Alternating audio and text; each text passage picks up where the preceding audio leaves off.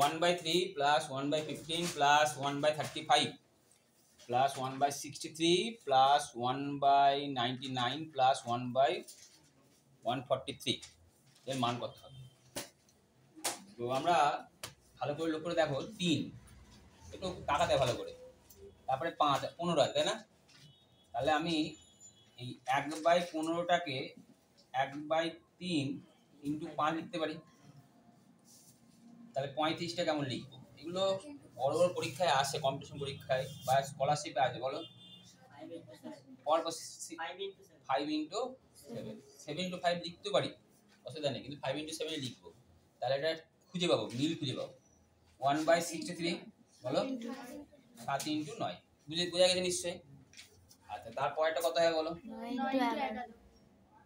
99 না, 9 ইন্টু 11। তারপর একটা 143 11 ইন্টু 13। তাহলে 1/3টা কেমন লিখবো বলো? 1 ইন্টু 3। বোঝা গেছে? ক্লিয়ার হয়েছে? এবারে দেখো এটাকে আমি এরকম করে লিখতে পারি 1/1 মাইনাস 1/3। ভালো করে তাকাও, তাহলে এটা লসও কত হয়? 3। বোঝা গেছে? 3 লসও হয় তো। তাহলে 3 থেকে 1 বিয়োগ করলে কত হলো? 2/3। বুঝতে পেরেছো? কিন্তু আমার আছে কত? 1/3। তাহলে ঠিক একইভাবে এটাকে যদি লেখা হয় কেমন করে লেখা হয় বল?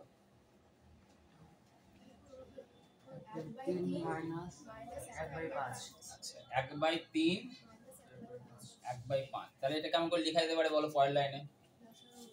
লসও করলে কত হবে? 15। 5 মাইনাস 3। তাহলে এক্ষেত্রেও আমি 2/15 পেলাম, তাই না?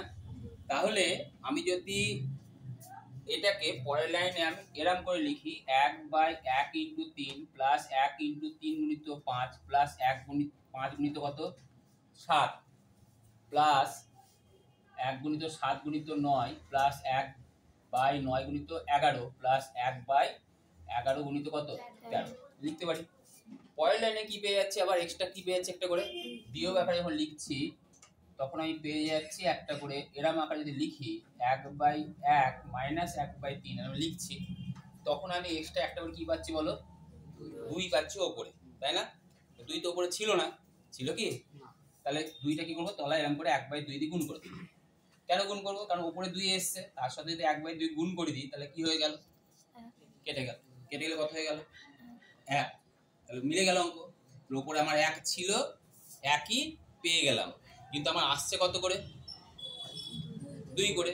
তা 2টা ছিল না অঙ্কে, তা 2টা কি করতে হবে? আমাকে তাড়াতে হবে। তাড়ানোর জন্য কি করলাম? 1/2 গুণ করলাম। তাহলে পরের লাইনটা কি লিখতে পারি বলো?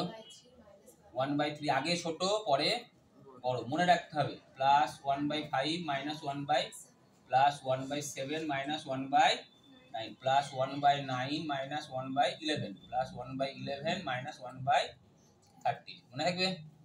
তাহলে এবার 1/2 ব্র্যাকেট তোলো।